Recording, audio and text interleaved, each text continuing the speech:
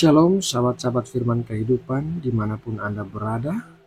Salam penuh kasih dan sukacita. Kiranya Tuhan senantiasa memberkati orang-orang yang setia mencari wajah dan perkenanan Tuhan.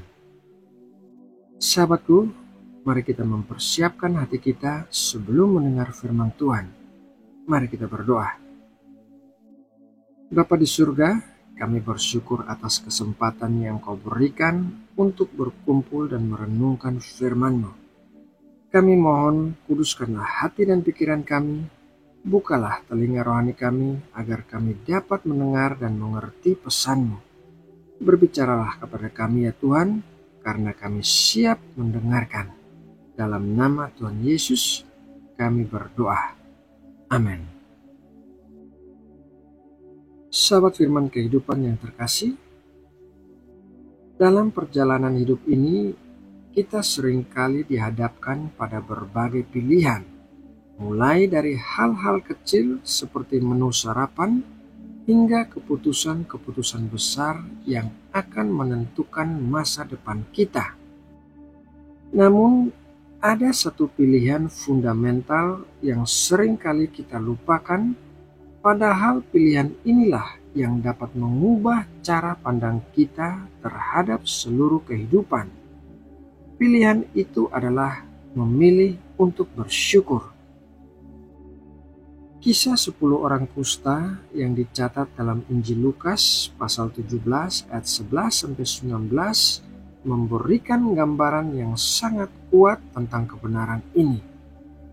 Kisah ini bukan hanya tentang mujizat penyembuhan, melainkan sebuah cerminan mendalam tentang hati manusia, hati yang tahu berterima kasih, dan hati yang lupa berterima kasih. Mari kita membaca kisah tersebut dalam Lukas 17 ayat 11-19. Dalam perjalanannya ke Yerusalem, Yesus menyusur perbatasan Samaria dan Galilea. Ketika ia memasuki suatu desa, datanglah 10 orang kusta menemui dia. Mereka tinggal berdiri agak jauh dan berteriak, "Yesus, Guru, kasihanilah kami." Lalu ia memandang mereka dan berkata, "Pergilah, perlihatkanlah dirimu kepada imam-imam." Dan sementara mereka di tengah jalan, mereka menjadi tahir.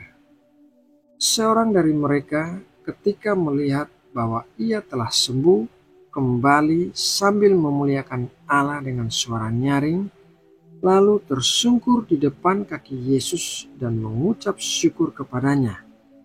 Orang itu adalah seorang Samaria. Lalu Yesus berkata, "Bukankah ke-10 orang tadi semuanya telah menjadi tahir? Di manakah yang 9 orang itu? Tidak adakah di antara mereka yang kembali untuk memuliakan Allah selain daripada orang asing ini?"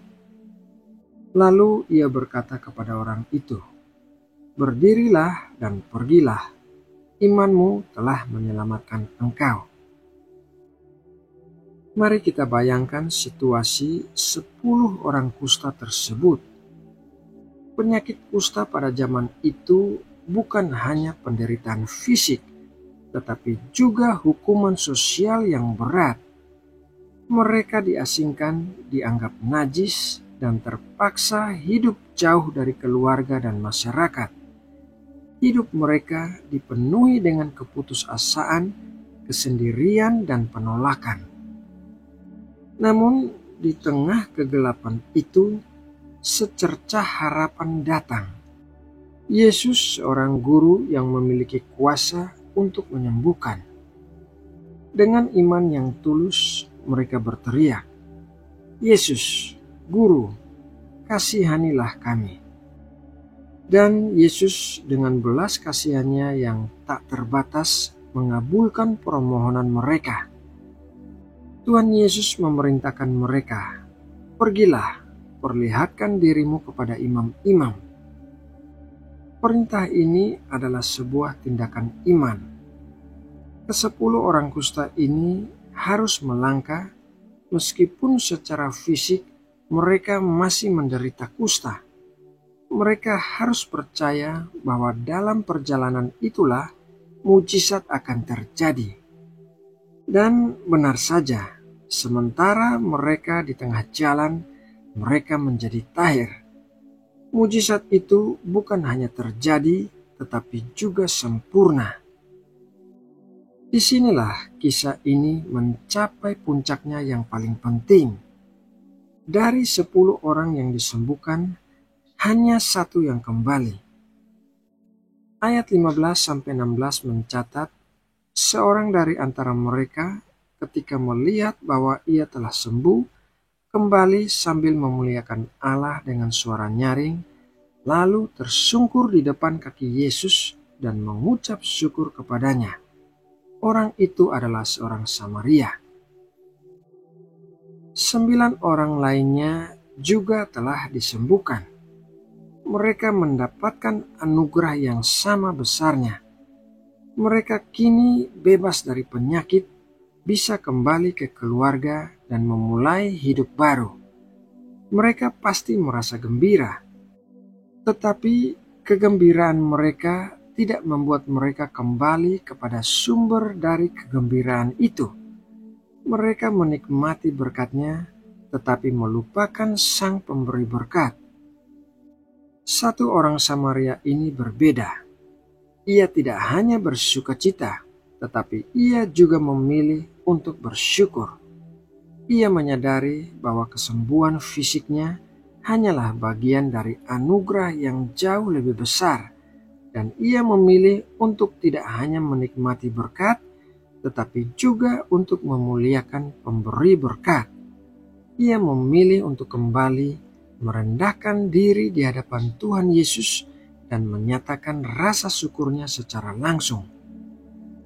Tindakan orang Samaria ini menunjukkan bahwa rasa syukur bukanlah reaksi otomatis, melainkan sebuah keputusan sadar. 9 orang lainnya memilih untuk melanjutkan hidup mereka tanpa mengucapkan terima kasih. Mereka mungkin menganggap kesembuhan itu sebagai hal yang wajar, atau mungkin mereka begitu terburu-buru untuk menikmati kehidupan baru mereka sehingga lupa akan Tuhan Yesus. Kisah ini adalah cermin yang jujur untuk hidup kita. Kita seperti ke-10 orang kusta itu adalah orang-orang yang telah menerima anugerah yang tak terhitung dari Tuhan. Sejak kita dilahirkan, Tuhan telah memberikan kepada kita nafas kehidupan, keluarga yang mengasihi, kesehatan, pekerjaan, makanan, dan masih banyak lagi. Yang paling utama, Tuhan telah memberikan anugerah keselamatan melalui pengorbanan Yesus Kristus di kayu salib, membebaskan kita dari belenggu dosa. Namun, seberapa sering kita menjadi seperti ke-9 orang kusta itu? Kita menikmati berkat-berkat itu setiap hari. Kita bersuka cita atasnya, tetapi kita lupa untuk kembali kepada Tuhan dan bersyukur.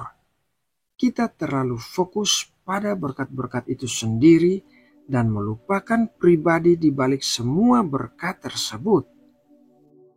Sikap tidak bersyukur seringkali membuat kita merasa bahwa apa yang kita miliki adalah hak kita. Kita merasa berhak untuk mendapatkan lebih, dan ketika kita tidak mendapatkannya, kita mengeluh dan merasa tidak puas. Sikap ini adalah akar dari banyak kegelisahan dan kekecewaan dalam hidup. Tetapi sebaliknya, memilih untuk bersyukur mengubah segalanya. Rasa syukur membuat kita melihat setiap hari sebagai anugerah, bukan sebagai kewajiban. Rasa syukur mengubah keluhan menjadi pujian. Rasa syukur membuat kita fokus pada apa yang kita miliki, bukan pada apa yang tidak kita miliki. Ketika orang Samaria itu kembali, Tuhan Yesus berkata kepadanya, "Bangkitlah dan pergilah, imanmu telah menyelamatkan engkau." Lukas 17 ayat 19. Kata menyelamatkan di sini memiliki arti yang lebih dalam dari sekedar penyembuhan fisik. Orang Samaria ini tidak hanya sembuh dari kusta, tetapi juga diselamatkan secara rohani. Rasa syukurnya membuka pintu bagi hubungan yang lebih dalam dengan Tuhan. Belajar dari kisah 10 orang kusta ini, hendaklah kita mengambil keputusan setiap hari untuk menjadi seperti orang Samaria. Pilihlah untuk bersyukur dalam segala hal, baik dalam suka maupun dalam duka. Mulailah setiap hari dengan doa syukur dan akhiri setiap hari dengan merenungkan berkat-berkat Tuhan. Ungkapkanlah rasa syukur kita bukan hanya di dalam hati, tetapi juga melalui perbuatan dan perkataan yang memuliakan Tuhan. Ingatlah, rasa syukur adalah sebuah pilihan yang akan membawa kita lebih dekat kepada Tuhan, mengubah hati kita, dan memberi kita damai sejahtera yang sejati. Nah, sahabatku yang terkasih, demikianlah renungan firman Tuhan hari ini. Semoga renungan hari ini dapat memberkati dan menguatkan iman kita semua. Mari kita berdoa untuk menutup 1-2 hari ini. Bapa di sorga, kami datang di hadapan-Mu dengan hati yang penuh kerendahan. Kami bersyukur untuk anugerah firman-Mu yang telah menasihati dan menyegarkan kami. Kami menyadari betapa seringnya kami menjadi seperti ke-9 orang kusta yang lain yang menerima banyak hal dari-Mu, tetapi lupa untuk kembali dan bersyukur. Ampunilah kami ya Tuhan atas sikap hati kami yang sering lalai. Bentuklah hati kami agar peka terhadap setiap berkat sekecil apapun itu. Tumbuhkanlah dalam diri kami semangat orang Samaria yang tidak menunda-nunda untuk kembali dan memuliakan-Mu. Biarlah hidup kami selanjutnya menjadi persembahan syukur yang hidup dan berkenan di hadapan-Mu. Terima kasih ya Bapa, kami berdoa di dalam nama Tuhan Yesus Kristus. Amin.